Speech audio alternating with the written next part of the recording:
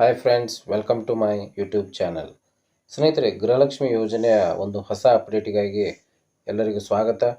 ಗೃಹಲಕ್ಷ್ಮಿ ಯೋಜನೆಯ ಅಡಿಯಲ್ಲಿ ಸರ್ಕಾರ 5ನೇ ಕಂತಿನ ಹಣ ಬಿಡುಗಡೆ ಮಾಡಲು ಮುಂದಾಗಿದ್ದು, ಈಗಾಗಲೇ ಸುಮಾರು 8,000 ರೂಪಾಯಿಗಳನ್ನು ಅಂದರೆ 4 ಕಂತಿನ ಹಣವನ್ನು ಕೋಟ್ಯಾಂತರ ಮಹಿಳೆಯರ ಖಾತೆಗೆ ಜಮಾ ಮಾಡಲಾಗಿದೆ.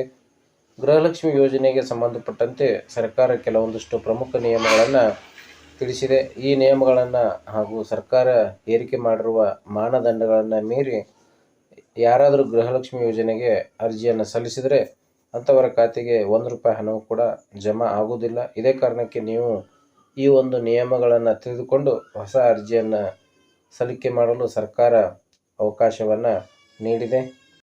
ಸ್ನೇಹಿತರೆ, ಜುಲೈ 19, 2023ರಿಂದ ಗೃಹಲಕ್ಷ್ಮಿ ಯೋಜನೆಗೆ ಅರ್ಜಿ ಸಲ್ಲಿಸುವ ಪ್ರಕ್ರಿಯೆ ಆರಂಭವಾಗಿತ್ತು. ಆಗಸ್ಟ್ 30ರಿಂದ ಪ್ರತಿಯೊಬ್ಬರ ಖಾತೆಗೂ ಕೂಡ ಹಣ ಜಮಾ ಮಾಡಲು ಸರ್ಕಾರ ಆರಂಭಿಸಿತ್ತು. ಆದರೆ ಈಗ ಈ ಒಂದು ಯೋಜನೆ ಆರಂಭವಾದಾಗಿನಿಂದಲೂ ಸಾಕಷ್ಟು ಗೊಂದಲಗಳು ಹಾಗೂ ತಾಂತ್ರಿಕ ದೋಷಗಳು ಇರುವ ಕಾರಣ ಎಲ್ಲ ಮಹಿಳೆಯರ ಖಾತೆಗೆ ಹಣ ವರ್ಗಾವಣೆ ಆಗಿಲ್ಲ.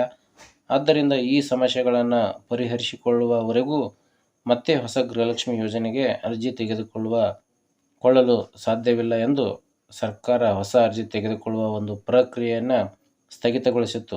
ಆದರೆ ಇನ್ನೂ ಲಕ್ಷಾಂತರ ಮಹಿಳೆಯರು ಗೃಹಲಕ್ಷ್ಮಿ ಯೋಜನೆಗೆ ಅರ್ಜಿ ಸಲ್ಲಿಸಿಲ್ಲ. ಹಾಗಾಗಿ ಅಂಥವರ ಮನವಿಯ ಮೇರೆಗೆ ಹೊಸದಾಗಿ ಅರ್ಜಿ ಸಲ್ಲಿಸಲು ಸರ್ಕಾರ ಅವಕಾಶವನ್ನು ಮಾಡಿಕೊಟ್ಟಿದೆ.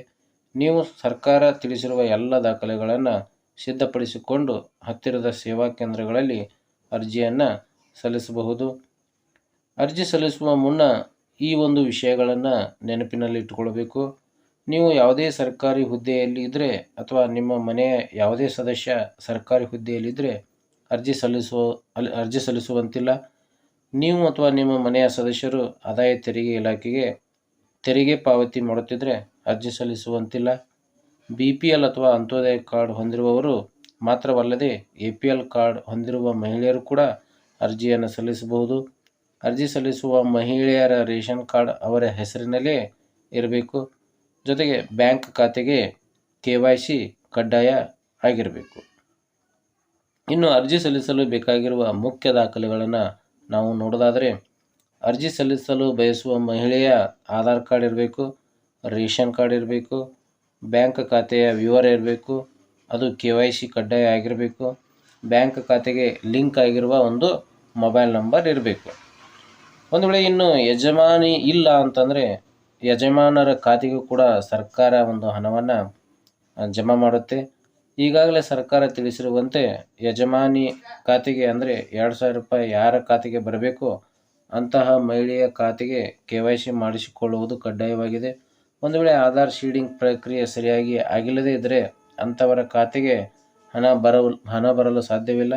ಹೀಗಾಗಿ ಮನೆಯ ಯಜಮಾನಿಯ ಖಾತೆ ಸರಿ ಇಲ್ಲದೇ ಇದ್ದರೆ ಮನೆಯ ಯಜಮಾನನ ಖಾತೆಗೆ ಹಣ ವರ್ಗಾವಣೆ ಮಾಡಲು ಸರ್ಕಾರ ನಿರ್ಧರಿಸಿದೆ.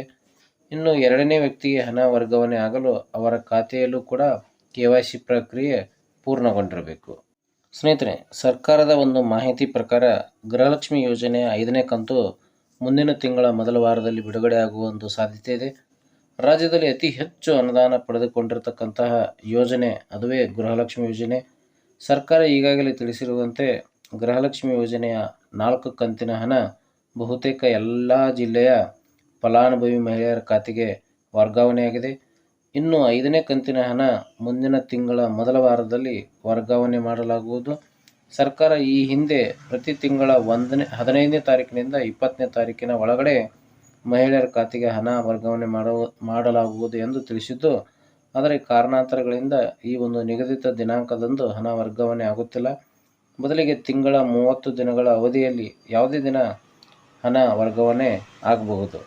ಸ್ನೇಹಿತರೆ, ಗೃಹಲಕ್ಷ್ಮಿ ಯೋಜನೆಯ ಹಣ ₹2,000 ಹಣ ಖಾತೆಗೆ ಜಮಾ ಆಗಬೇಕು ಅಂತಂದರೆ ಮನೆಯ ಎಲ್ಲ ಸದಸ್ಯರ ಖಾತೆಗೂ ಕೂಡ KYC ಕಡ್ಡಾಯ ಆಗಿದೆ. ಗೃಹಲಕ್ಷ್ಮಿ ಯೋಜನೆಯ ಮುಂದಿನ ಕಂತಿನ ಹಣ ನಿಮ್ಮ ಖಾತೆಗೆ ಜಮಾ ಆಗಬೇಕು ಅಂದರೆ ಕೇವಲ ಮಹಿಳೆಯರ ಖಾತೆಗೆ ಮಾತ್ರವಲ್ಲದೆ ಮನೆಯ ಎಲ್ಲ ಸದಸ್ಯರ ಖಾತೆಗೆ KYC ಆಗುವುದು ಕಡ್ಡಾಯವಾಗಿದೆ.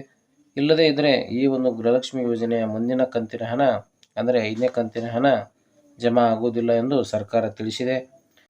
ಸ್ನೇಹಿತರೆ, ಈ ಒಂದು ಮಾಹಿತಿ ಗೃಹಲಕ್ಷ್ಮಿ ಯೋಜನೆಯ ಒಂದು ಹೊಸ ಅಪ್ಡೇಟ್ ಕುರಿತಾಗಿದ್ದು, ಇದೇ ರೀತಿಯ ಒಂದು ಹೊಸ ಮಾಹಿತಿಯನ್ನು ಪಡೆದುಕೊಳ್ಳಲು ನೀವು ದಯವಿಟ್ಟು ನಮ್ಮ ಈ ಒಂದು ಚಾನಲನ್ನು ಸಬ್ಸ್ಕ್ರೈಬ್ ಮಾಡಿ ಮತ್ತು ಪಕ್ಕದಲ್ಲಿರ್ತಕ್ಕಂತಹ ಬೆಲ್ ಬಟನನ್ನು ಪ್ರೆಸ್ ಮಾಡಿ. ಮತ್ತೆ ಮುಂದಿನ ವಿಡಿಯೋದಲ್ಲಿ ಹೊಸ ಮಾಹಿತಿಯೊಂದಿಗೆ ಭೇಟಿಯಾಗೋಣ. ಅಲ್ಲಿವರೆಗೆ ಎಲ್ಲರಿಗೂ ಧನ್ಯವಾದಗಳು.